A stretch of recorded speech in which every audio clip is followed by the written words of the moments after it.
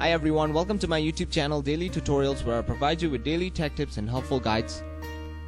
In this video, I'm going to show you how you can enroll for an online banking account for Wells Fargo Bank.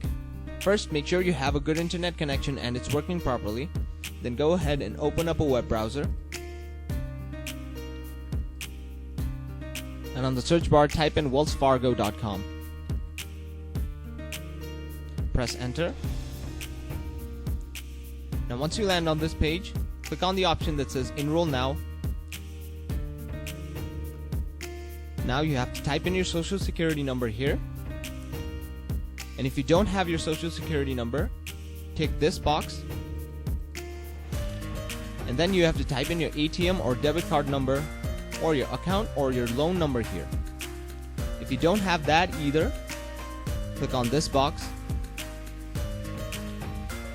And now you have to type in your date of birth and your last name here.